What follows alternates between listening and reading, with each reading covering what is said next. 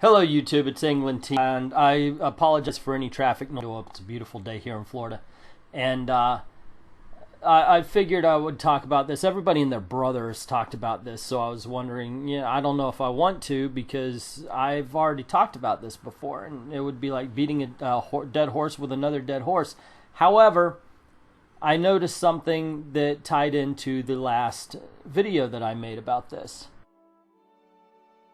In my video, Feminist SJW's Misconception of Diversity in Comics, I pointed out the fact that we had let the conversation get away from us, and people are saying that it's diversity that we didn't like instead of the forced politics. And finally, since this Marvel executive really fucked himself over in Twitter, everybody else seems to be pointing this out and joining the conversation. I think this is a great thing. I'm very glad this happened, because now everybody is discussing what is actually going on, and not that we're against diversity, but we're against the politics behind the changes. It's the forced agenda that we have a problem with. It has nothing to do with because Mockingbird's a woman. Mockingbird's been around since the 80s, I believe. Yes, she's been around forever. Wonder Woman, for cripe's sake. There are tons of popular female heroes, and it's the agenda. It's not the fact that they're female. Okay, let's read this and find out what it's saying. Marvel Comics has experienced a slump in sales of late, and at least one Marvel executive believes that it's the result of catering to social justice warriors instead of comic book fans. And they're right. David Gabriel, Marvel's Senior Vice President of Sales and Marketing, told ICV2.com that Marvel has been struggling to sell comics because, while feminist and progressive activists push for more diversity in comics, minority and female heroes, Marvel's core fan base just weren't interested. Those racist, sexist pigs. Okay, I embellished on that last part.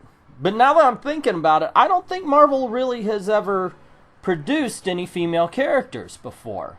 Before all this SJW stuff, it has been a real sausage party.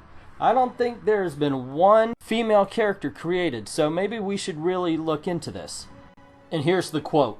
"What we heard was that people didn't want any more diversity. That's what we saw in sales," Gabriel said. "We saw the sales of any character that was diverse, any character that was new, our female characters, anything that was not a core Marvel character, people were turning their nose up against." Well, all I read was Gabriel said that he was stupid.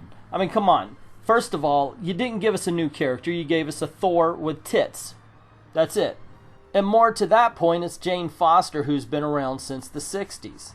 I mean, say what you will about Miles Morales or Kamala Khan, that's her name, right?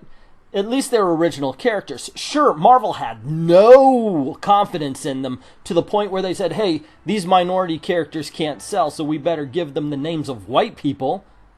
And he's trying to pass this off on us. But at least they were original characters. Of course, the social justice warriors themselves weren't happy with Gabriel's statement and forced him to clarify what he meant in a second interview. Gabriel noted in his follow-up statement to ICV2 that Marvel's diverse characters weren't going anywhere, but that comic book retailers were telling the company that the feminist and diversity-focused comics just weren't selling. Let me expand. They weren't selling because the comics were not about the characters, just about being diverse. Okay, class, today we're going to learn how to write stories about women and not about agendas. Go home, read these 2 books, come back, and start all over again.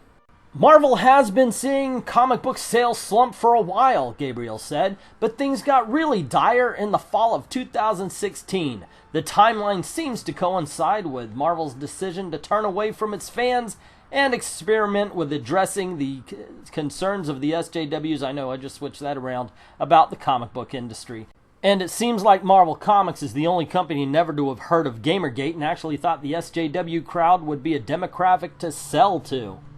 Of course, SJWs are still adamant that they are in no way responsible for Marvel's decline, citing everything from uninteresting storylines to the rising cost of comic books, and they're partially right. Consumers have superhero fatigue, and Marvel was plaguing its typical customers with constant reboots and crossovers, as well as some ridiculous storylines. Captain America is a Nazi secret spy? Wow, there's actually some truth here. I mean, I don't agree with superhero fatigue, because I don't believe it's what a story is about, except for how it's about it. But, come on, Civil War II, was anybody really into that? It was a horrible storyline. Also, the Nazi Cap thing, that's not a big deal. Even when I heard it, I was like, okay, so what happens next? The only problem I have with Nazi Cap is it doesn't make sense with his history. It really doesn't. You would have to change every moment in Avengers and Captain America history for it to make sense. Otherwise, it's good for shock value, and that's about it. So I do agree with this statement a little bit. But Gabriel wasn't speaking from his own personal experience. He was telling ICV2 what retailers were telling him. Retailers for whom Marvel is only one of many different comic publishers. Tastes have changed, they said, and people want good comics, not just comics that have female and minority heroes for the sake of female and minority heroes. Congratulations, this reporter gets it. That might be at the heart of Marvel's failure. If you're going to make a comic book with a female hero, it still has to have an appealing, exciting, and engaging storyline, and more than a few of Marvel's attempts at female-led comics just didn't. Right off the cuff, I can think of two comics I like with women in it that Marvel produces. Black Widow and Scarlet Witch. I think they're very well written, very well drawn. Scarlet Witch always has some awesome covers as well. And this is just a little bit of the point, and it's a point that the article was making. Do not listen to anybody tell you this is about diversity. If anybody says that you are a sexist or a racist because you enjoy good writing and you demand good characters, turn that crap around on them. Call them racist.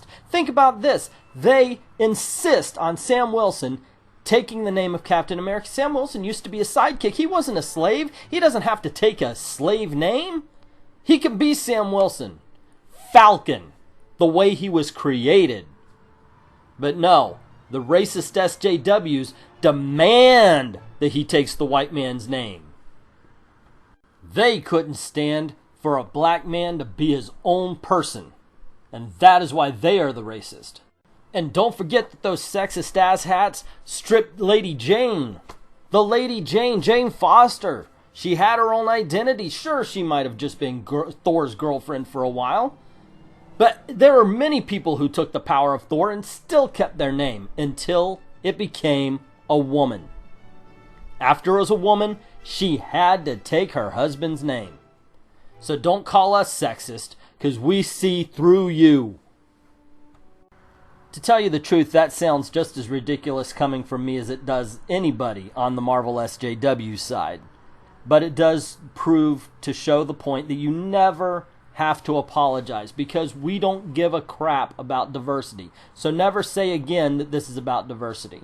Turn to them and say, hey, why are you racist? Why are you sexist? Anytime they say it to you, even if it doesn't pertain to comic books. Show them that it's them and their thoughts that are the ones that are flawed. Remember, they are the ones who see women as victims in America. They are the ones who see that black people cannot do anything in America because their skin is black. Doesn't matter background or actions or anything else. It's just because you're either a woman or you're black, therefore you suck. That is their point of view.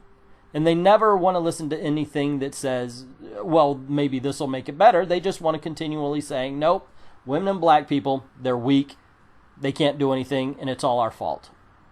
Well, at this point, I'm spinning my wheels. I actually think I repeated myself a couple of times there. And I know that you guys can rip me a new one on this one if you want. Go on ahead. Let me know in the comments below what you think, good or bad. Also, if you do like videos like this, please click like, click share, click subscribe, do all the things that cost you nothing but help me out. I appreciate it. But most importantly, thank you very much for watching.